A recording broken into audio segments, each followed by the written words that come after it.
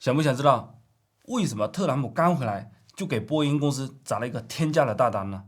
波音公司凭什么能接到未来战机的订单呢？3月22日，美国总统特朗普站在白宫宣布波音公司将负责制造美国第6代战斗机 F-47。F-47这名字怎么取的呢？特朗普正好是第47届总统，这自恋程度也是没有谁了。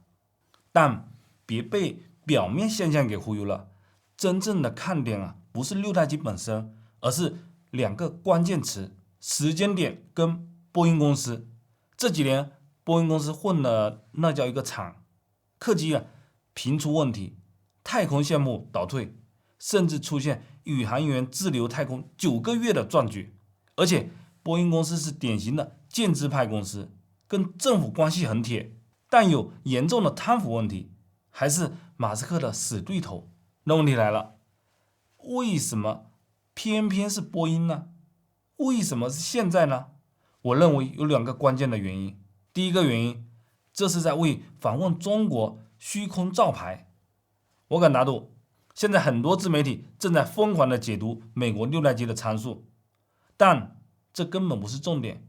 特朗普选在这个时间点宣布，明显是在为中国之行增加筹码。这就像你要跟你女朋友提分手，提前了在朋友圈发和异性的合影一样，这就是给即将到来的谈判增加筹码。你们有没有发现，特朗普现在几乎2天必出一个大新闻？为啥这么急呢？一方面是为中期选举造势，另一方面为外部谈判做准备，而这不只包括中国，还有欧洲。第二个原因跟欧洲有关系，德国最近解禁了债务上限，这次影响可大了。短期内欧洲会减少从美国购买军事装备。这就像你以前天天在一家饭店吃饭，突然学会了做菜，那肯定会少去饭店了。长期看欧洲可能构建脱离美国的独立供应链。世界上供应链越多将来产能过剩的风险就越大。历史告诉我们，过剩产能往往导致大规模冲突。德国解禁债务上限后，他们的军事装备将主要自产，说白了，欧洲要军事自主了。法国和德国准备接盘整个欧洲的防务，这对美国的国防工业是重大的打击。想一下，你们餐厅突然失去了最大的客户，是不是很崩溃？所以特朗普必须分一杯羹给建制派，特别是军工复合体，给波音拨款，就是在安抚他们，兄弟别急虽然欧洲不买了，但国内大单给你们。一旦欧洲走向国防自主，俄罗斯就不可能和欧洲和好了，也就不会倒向美国了，更不会出卖伊朗。看看地图就明白了，如果俄罗斯这么做，莫斯科将面临3面包围，北边有北约，西边有北约，南边还会因为出卖伊朗而陷入混乱。这就像你小区里所有邻居都和你有仇，你还把唯一的朋友给得罪了，那以后日子怎么过在俄罗斯的安全逻辑里，波罗的海、黑海、里海就像3道防护门，白俄罗斯、乌东、敖萨德、高加索、伊朗就是安全垫，一个都不能丢，给西方一个突破口，就像堤坝上的一个小洞，最终会被冲垮。基于上述分析俄乌谈判短期内不可能轻松解决。虽然特朗普一直在吹嘘能快速解决问题，但在座的各位，如果你真信了他的话，那就像相信渣男的我会改变一样，迟早被现实打脸。普京现在明显在拖延时间，争取拿下敖萨德，同时支持伊朗，可能还要收回叙利亚的控制权。乌克兰方面也是口是心非，一边说要停火，一边袭击俄罗斯的能源设施。特朗普现在自己给自己挖了大坑，不仅要处理乌克兰，还要应付也门，跟拜登时期差不多了。如果从乌克兰脱不了身，美国在中东就会付出更大的代价。说白了，特朗普想在撤出乌克兰前多捞点好处。如果从乌克兰多刮点油水，美国财政压力就能减轻，把乌克兰的资产纳入美国主权基金，就等于给美国国债找了新买家。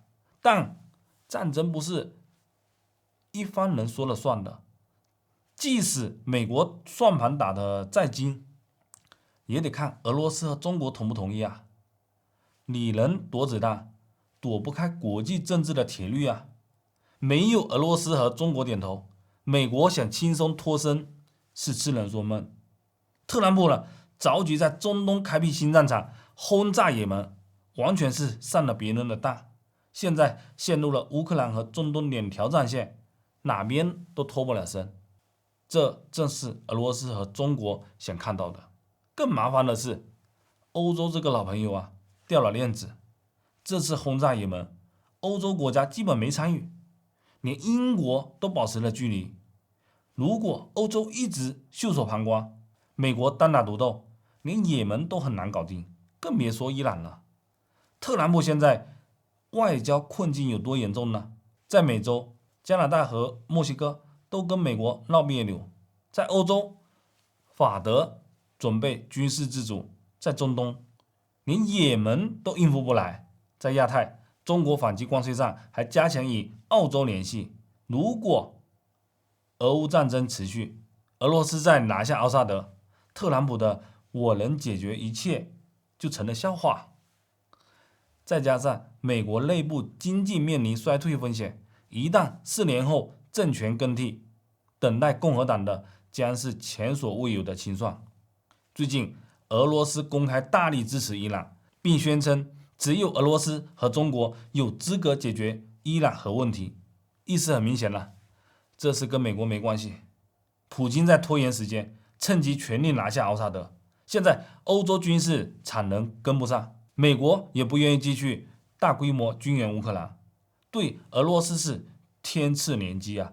只要多骗特朗普一天，就多一分胜算。别忘了，德国已经解禁债务上限，正加速军事产能建设。如果共和党4年后失势，民主党重新上台，乌克兰问题会再次成为焦点，而那时候德国的军事实力会大增，问题将更难解决。所以俄罗斯现在不会停火，反而会加速推进，在外交上把特朗普的注意力引到中东，自己则在乌克兰取得更大的进展。这就像魔术师在注意力转移，让你盯着右手，真正的把戏呢，却在走所完成。德国的军事崛起对俄罗斯是重大的威胁，就像发现了邻居在后院练习射击，你还能安心睡觉吗？所以别指望俄乌冲突能轻松解决，这是远比大多数人想象的复杂。好了，今天视频到这里，如果你觉得有帮助，别忘了点赞、关注、分享，我们下期再见。